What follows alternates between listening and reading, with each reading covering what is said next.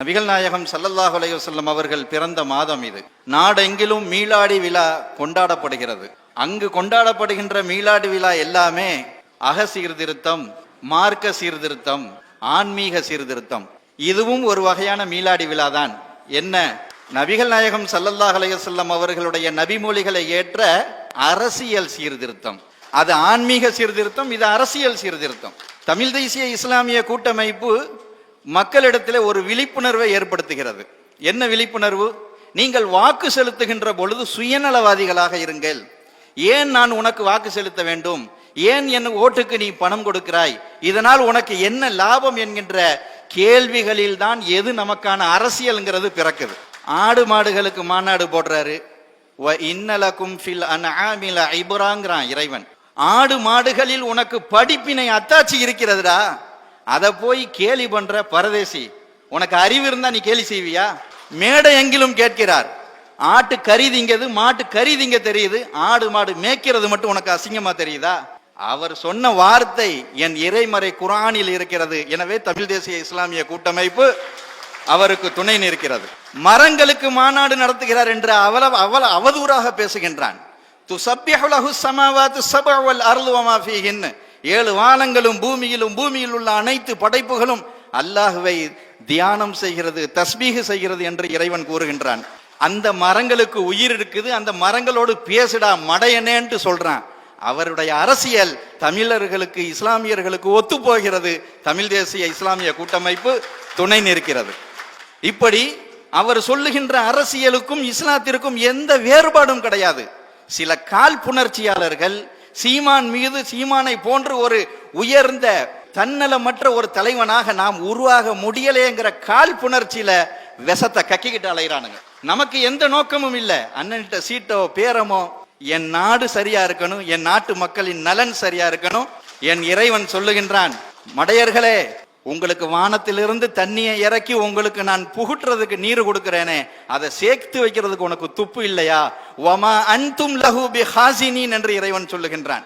சீமான் என்ன சொல்லுகிறார்? நாடெங்கிலும் நான் நீர்நிலை தேக்கங்களை ஏற்படுத்தி என் மக்களை தண்ணிக்காக கையேந்த வைக்க மாட்டேன்டா. இறைவன் பேசுவதை என் அண்ணன் பேசுகின்றான். எனவே தமிழ் தேசிய கூட்டமைப்பு அவருக்கு துணை நிற்கிறது. எது நமக்கான அரசியல்? எது நமக்கான அரசியல்? எதை? அதிலையும் குறிப்பாக இந்த ஆலிம்கள் அரசியல் பேசிடக்கூடாது, இமாம்கள் அரசியல் பேசிடக்கூடாது. தொழுக வைக்கிறது தான் உங்க வேலை. பள்ளிவாசலை கட்டிக்கிட்டு மாரடிங்க. அதை தவிர்த்து நீ எதுவும் அரசியல் பேசுறாத. நன்மையை ஏவி தீமையை தடுக்கிறது ஒவ்வொரு இஸ்லாமியனுக்கும் கடமை. அதிலும் குறிப்பாக நபிமார்களின் வாரிசுகள் என்று சொல்லக்கூடிய என்னை போன்ற இமாம்களுக்கு முதல் கடமை. இமாம்கள் அரசியல் பேசக்கூடாதுன்னு நீ சொன்னீங்க. இமாம்கள் எங்க போய் நின்றுக்கிறான் தெரியுமா? மதரசா நடத்துறேங்கிற பேர்ல பல லட்ச கணக்கில் வசூல் செஞ்சு மோசடி, பள்ளிவாசல் கட்டுறேங்கிற பேர்ல பண வசூல் செஞ்சு மோசடி, ஹஜ்ஜு உம்ரா செய்யற நடத்துறோம் கூட்டிட்டு போறேன்னு சொல்லிட்டு பணம் செய்யற மோசடி. சமீபத்தில் பக்கத்தில் இருக்கக்கூடிய கீழக்கிடாரம்ங்கிற ஒரு ஊர்ல 1.5 கோடி ரூபாய் அடிச்சுட்டு ஒரு ஆலிம்சா ஓடிட்டான். உனக்கு அரசியலையும் நல்லவன கெட்டவன அடையாளம் காண தெரியல, ஆலிம்சாக்கள்லையும் உனக்கு நல்லவன் கெட்டவன அடையாளம் காண தெரியலன்னா நீ என்ன சமுதாயம்? உன்னோட பிறந்ததற்கு பழனி பாபா சொன்னது போல எனக்கு வெக்கமா இருக்குடா. நீ எப்படிப்பட்ட வீர வம்சத்தில் பிறந்தவன், தூய மார்க்கத்தை ஏற்றவன். உன் மொழி பெருமையானது, உன் மார்க்கம் பெருமையானது, உன் மண் பெருமையானது.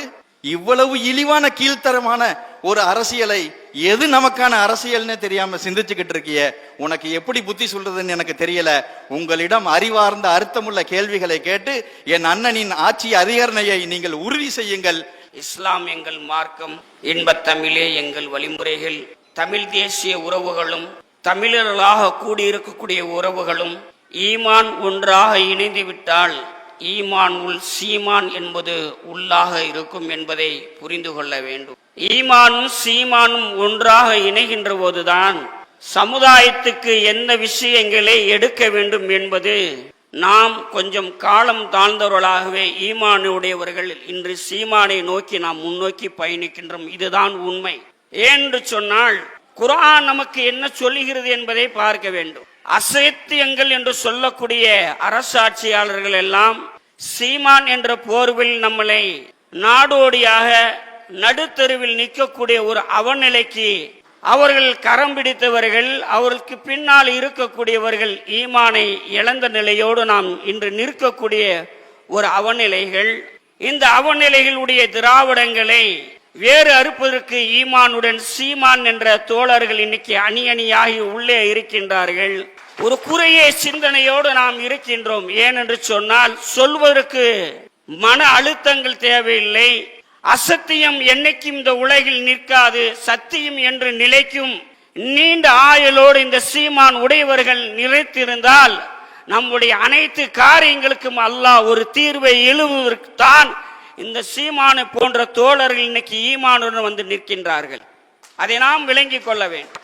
அருமையானவர்களே, ஆளுமை திறன் யார் சிறந்தவர்கள்? 1400 ஆண்டுகளுக்கு முன்பு காபாவை நிர்ணயம் செய்யக்கூடிய அபூஜஹில், உதைபா போன்றவர்கள் எல்லாம் மக்காவை நிர்ணயம் செய்தார்கள்.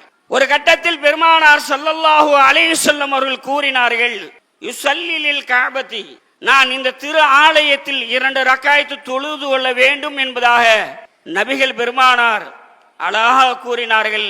அந்த திராவிடர்கள் அபூஜஹில், உதைபா போன்றவர்கள் சொன்னார்கள், யா முஹம்மத், நீங்கள் இந்த மண்ணில் தொழுவது கூட நாங்கள் உங்களை அனுமதிக்க மாட்டோம். நான் ஏன் இதை வரலாற்றை கோடிட்டு காட்டுகின்றேன் என்றால், இன்னைக்கு திராவிடர்கள் நம்மளை எப்படியெல்லாம் அடித்து நொறுக்கின்றார்கள் என்பதை இந்த வரலாறு, இந்த இஸ்லாமிற்கு இது பொருந்தும் என்பதை நான் நினைவுபடுத்துகின்றேன். காரணம் என்னவென்று சொன்னால், ஒரு கட்டத்தில் பெருமானார் ஸல்லல்லாஹு அலைஹி வஸல்லம் அவர்கள் கஅபாவை பார்த்த நிலையிலே புறமுதுகு காட்டாமல் ஒரு எல்லை வரை அழுததாக செல்கிறார்கள் வரலாறுகள். ஒரு கட்டத்தில் அல்லாஹ் மாற்றத்தை கொடுக்கின்றான். எவ்வளோ பெரிய ஆளுமை, எவ்வளோ பெரிய அரசியல் சிந்தனை, எவ்வளோ பெரிய மக்களை தனது அன்பால் பெருமானார் ஸல்லல்லாஹு அலைஹி வஸல்லம் அவர்கள் ஒரு கட்டமைப்பை அமைத்திருப்பார்கள். இந்த இந்தியாவிலே இன்னைக்கு அது போன்ற கட்டமைப்புகள் இஸ்லாத்தில் இருக்கிறதா என்றால் நமக்கு அடையாளங்களாக காணல் நீராக திராவிடங்கள் இன்னைக்கு இருக்கிறது. ஆனால் நம்மளை நெஞ்சிலும் முதுகிலும் குத்தியவர்கள் தான் இந்த திராவிடர்கள் என்பதை நீங்கள் உணர்ந்து கொள்ள வேண்டும். எவ்வளவு நாளைக்கு நாம் நெஞ்சிலே ஈட்டிகளை தாங்குவோம்? எவ்வளவு நாளைக்கு நாம் முதுகிலே நாம் வலிகளை தாங்குவோம்? இதற்கு சரியான மருந்தும் சரியான அரணும் சரியான பாதையும் இது போன்ற இருக்கின்றார்களே இந்த சீமான். ஆரம்பத்தில் அவர் ஈமான் உடையவர் என்பது இந்த கூட்டம் அல்லாஹ் பொருந்திக் கொள்வார். சில அனைத்து பேச்சுகளை நாம் உள்வாங்கி இருக்கின்றோம்.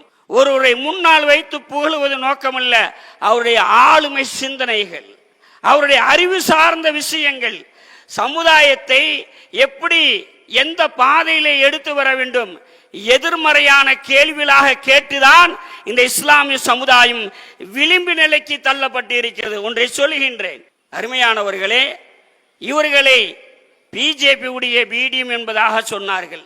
அல்லாஹ் பாதுகாக்க வேண்டும். நம்ம பிஜேபி உடைய பிடிஎம்க்கு தானே திராவிடத்தில் ஓட்டு போட்டிருக்கிறோம். உண்மைதானே? உங்க மனசாட்சியை தொட்டு சொல்லுங்க. களிமா சொல்லி இருக்கிறோம், களிமாவை மொழிஞ்சிட்டோம். எந்த சுதந்திரத்தை ஒவ்வொரு இஸ்லாமியர்கள் முறையாக கெஜெட்ல நம்ம வாங்கியிருக்கோமா? நம்ம தலையெழுத்து வருகின்ற போது நம்மளை தீவிரவாதி இன்னைக்கு சொல்லுவாங்க. 2024 தேர்தல் வந்துச்சு. என்ன சொன்னாரு? சிறைவாசிகள் எல்லாத்தையும் நான் விடுதலை செஞ்சிருந்தாரு. செஞ்சிட்டாரா? அப்ப இதுதான், இப்படித்தான் நெஞ்சில குத்துவாங்க. இஸ்லாமியர்கள் ஏமாந்தது போதும். இனிமேல் ஏமாறாமல் இருப்பதற்கு ஈமானுடன் சீமான் என்ற ஒரு நபரை இறைவன் தேர்ந்தெடுத்திருக்கின்றான் என்றால் அந்த வழியிலே தேசிய உலமாக்கள் இன்னைக்கு பழனி பாபா சொல்லுவான், விதைத்த வித்துகள் விழுதுகளாக இருந்தாலும் விதைக்கப்பட்டவர்களுடைய வரலாறு மாறாது. அந்த அடிப்படையில் இந்திய தேசிய, அதே போன்று தமிழ் தேசிய உலமாக்கள் இவர்களோடு நாங்கள் பயணிக்கும் என்றால் நம் சமுதாயத்தை மேலே கொண்டு வருவதற்குண்டான முதல் விடயம் அதைத்தான் அல்லாஹ் சொல்கின்றான், குல்ஜா அல் ஹக் வஸஹகல் பாத்தில். நிச்சயம் ஒரு நாள் அசத்தியத்தினுடைய கோட்பாடு கெஜெட் எல்லாம் அழிந்தே தீரும்.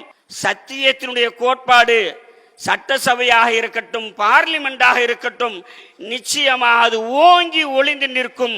அந்த சத்தியவான்களை அடையாளம் காணத்தான் இது போன்ற அமர்வு என்பதை நாம் உணர்ந்து கொள்ள வேண்டும். உறவுகளே, வாய்ப்புக்கு நன்றி கூறி நேரத்தினுடைய அருமை கருதி எனது நிறைவுகளை நிறைவு செய்கின்றேன். வாழ்க தமிழ், வளர்க தமிழ் உணர்வு, நாம் தமிழர் என்றும் உறுதுணையாக ஈமான் என்ற வலுவோடு சீமான் என்ற கரங்களை பிடித்து நாம் முன்னோக்கி பயணிப்பதற்கு இந்த கூட்டத்தை இறைவன் நிறைவு செய்து ஓங்க செய்வானாக. அனைவருக்கும் என் மாலை வணக்கத்தை தெரிவித்து விடைபெறுகின்றேன்.